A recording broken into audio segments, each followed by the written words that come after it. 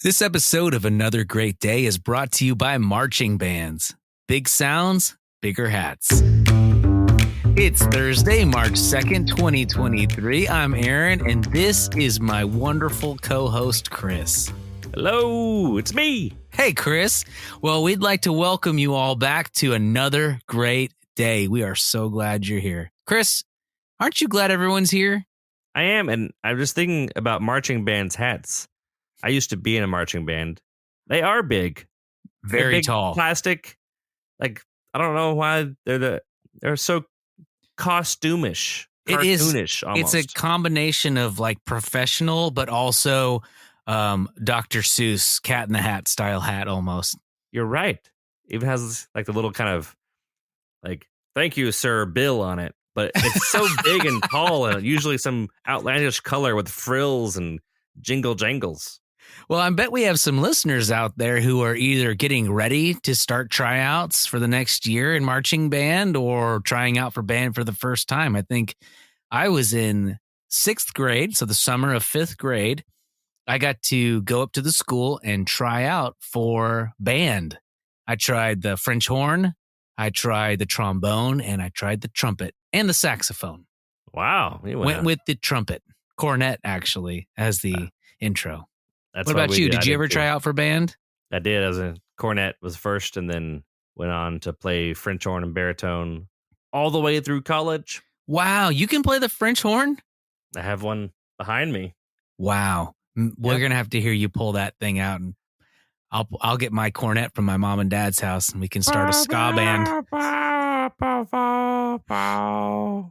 like that. It'll be beautiful. You sound great. I think. Oh, well, folks, if you guys want to see a clip of Chris playing the French horn at some point, you're going to have to subscribe to our Instagram page. We'll make sure that happens. Until then, let's go ahead and move on with the show. Well, hello there, Chris, my fellow host. You look as though you've seen a ghost. Hello there back. I'm fine, you see. The only thing I saw was me. I've seen your face. I've seen your beard. I've never sneered when I was near. Good point, good sir. You sure aren't wrong. I wonder if my beard's too long. Your beard is good, my big heart friend. I think let's bring this to an end. To the end indeed, my friend AP. Time for this day in history. Oh, that was great. Well, we hope you enjoyed that little rhyme. It was only appropriate for a day such as today. I'm only sad we didn't use more made-up words. That's right, dear listeners. We are talking about the one, the only Dr. Seuss. On this day in 1904, think about that, 1904. That was a long time ago. Dr. Seuss was born as Theodore Geisel, but better known to the world as Dr. Seuss. He was the author and illustrator of children's books, such as The Cat in the Hat, Green Eggs and Ham, and my favorite, Oh, the Places You'll Go. Oh, the Places You'll Go. What a great book. Kids, parents, listeners, what's your favorite Dr. Seuss book? Chris, what's your favorite Dr. Seuss book? My favorite Dr. Seuss book is The Butter Battle Book. What? I've never heard of this book. The Butter Battle Book.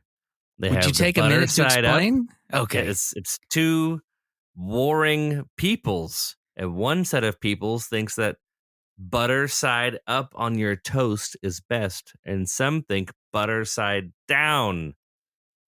It's only when you put it in your mouth. It's when you're eating the toast. Should you put it up or down? And they have an escalating battle. And it's an allegory for war.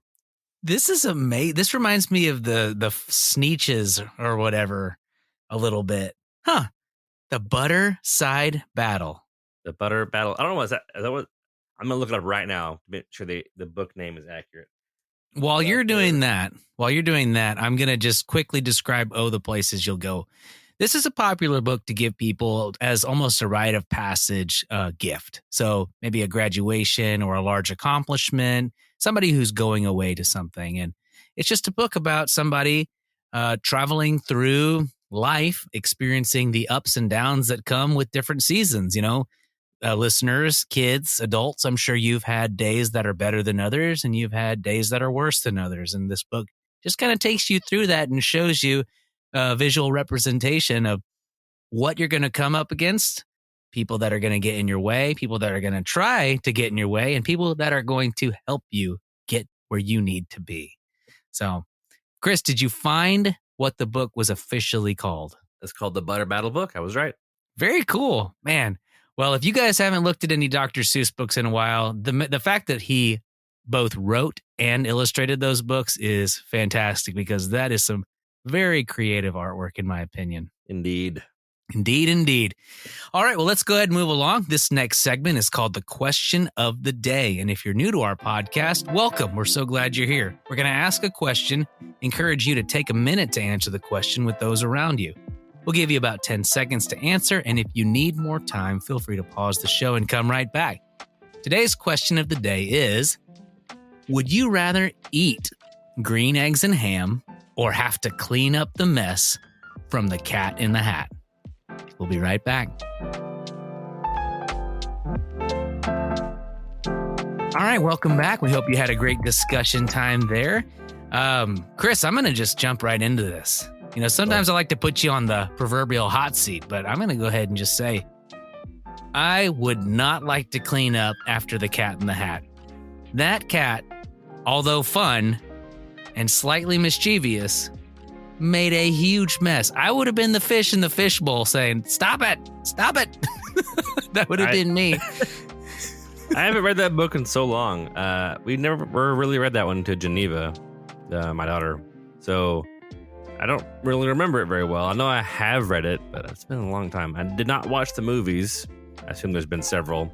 Yeah, you did a good thing there. But the depends on the green eggs and ham. I would totally eat them if they were just happened to be colored green eggs and green ham. But I've seen some ham that's almost green, and I would not eat that. I would much rather clean up after somebody, even if it was a big mess, because I would not want to be sick. That's hilarious. But if it just happened to be like colored green because somebody, put coloring on it, I'd be totally down for those green eggs and ham. Well, we'd love to know what you would choose. So let us know at anothergreatdaypodcast@gmail.com, or let us know on our social media pages on Instagram and Facebook. All right, great talk today, Chris. Well, enough from us. Let's go ahead and take a minute to step outside the studio and hear from our dad joke correspondent in the field. What's going on out there, Wes? Hey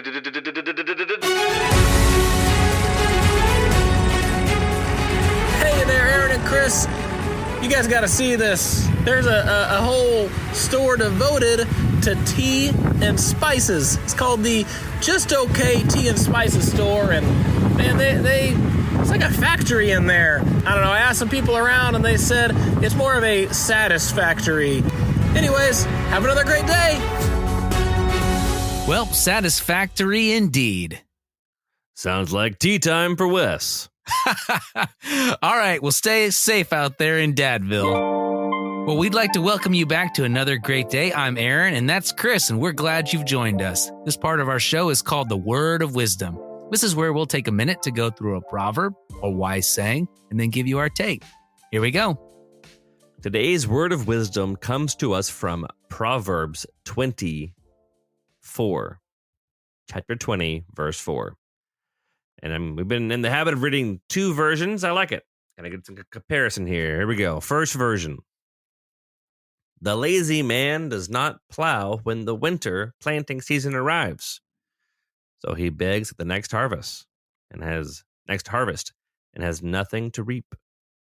Another version says, those too lazy to plow in the right season will have no food at the harvest. Thanks, Chris. This proverb could come across as a little bit harsh. I had that thought as I was even including it in this podcast. But then I thought, just like yesterday, there's a reason this podcast is here. And God loves us, and he wants to teach us and prepare us all for all sorts of scenarios. So today, I'm actually taking this commentary directly from the Zondervan NASB Study Bible. I thought it really summed it up well, and it says, "You've heard similar warnings as this proverb. If you don't study, you'll fail the test. If you don't save, you won't have money when you need it." You might even say you might fail the test, or you might not have money when you need it. But God wants us to anticipate future needs and prepare for them. We can't expect Him to come to our rescue when we cause our own problems through lack of planning and action. He provides for us. But as this proverb explains, He also expects us to be responsible. So I think that applies to a lot of things, especially for young people. My first thought was, whenever I was a kid, I would not do my homework right when I got home. And I knew that was the right time to do it. And right here it says, plow in the right season. I knew I should have done it right then. And I would procrastinate and kind of like sit at the table and draw a picture on the side of the paper and not do what I'm supposed to be doing. And then later, when it was time to go play, I still had to be doing the homework. And it was so silly. I didn't get to reap the rewards of my plowing, of my doing my homework. So yep. No, that is a perfect example. And I have been in that exact same scenario. I've decided to sleep in some mornings, and instead of going to work out, I had to go work out in the evening, which is not my preference. And that might sound silly, but I delayed what I should have done at the right time and had to do it later to my own inconvenience. And so thank you, the Lord, for another great word of wisdom to us. Well, Chris, let's hit the music and wrap things up. Our mission here is to encourage interaction, creativity, and conversation. So even though today's show may have come to an end, that doesn't mean your discussions have to come to an end. We're glad you joined us, and we hope you make it another great day. We'll see you tomorrow. Gotta keep it silly sometimes. Bye.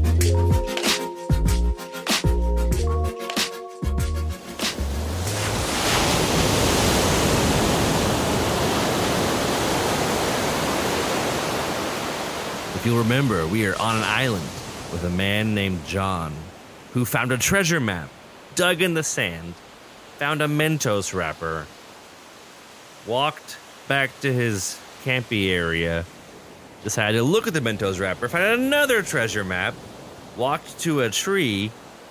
In that tree, there was a hole with an object inside of it. And that object was a small wooden carving, a piece of wood that had a mountain on it. And the mountain looked like kind of the shape of a bird, and it was the mountain up in the middle of the island. He looked around and saw this was on top of the island.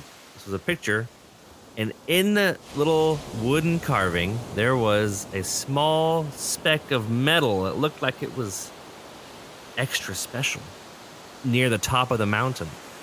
Kind of where the eye of this bird's beak and face, the eye of the bird would be.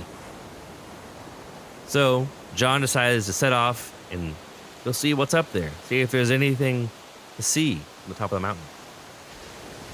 He sets off down the path. While you're walking in the direction of the base of the mountain, you hear rustling in the bushes, and you assume it's a wild animal. What do you do? First thing I do is I stop and I listen. All right. To see if I can tell what it might be. You hear a kind of a very quiet neigh. I determine this might be a little Sebastian, the miniature horse.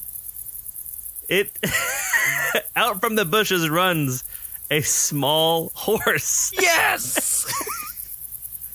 And as it runs out, there is it's kicking, and it's like it's trying to like nose into a bottle that's closed. The bottle is a jar filled with some purple substance, and you can kind of see it on the outside of it. What do you do?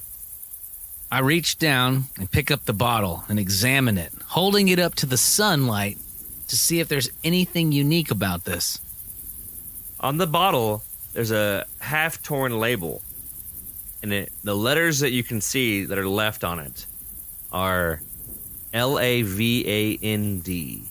It looks like it says lavande, but you can't see what was after that. As you're standing there looking at it, the goat, the horse... The horse's name is Goat. It's going to be too... I mean, you're on the island. If you want to name that horse Goat, go for it. All right. It's the greatest of all time horse. It's the greatest of all time horses. This miniature horse is nuzzling up to the arm and trying to get that jar from you. Interesting. It's right on you. It's a very friendly miniature horse. Okay. So next thing I do is I pet the horse, see if I can get him to calm down a little bit.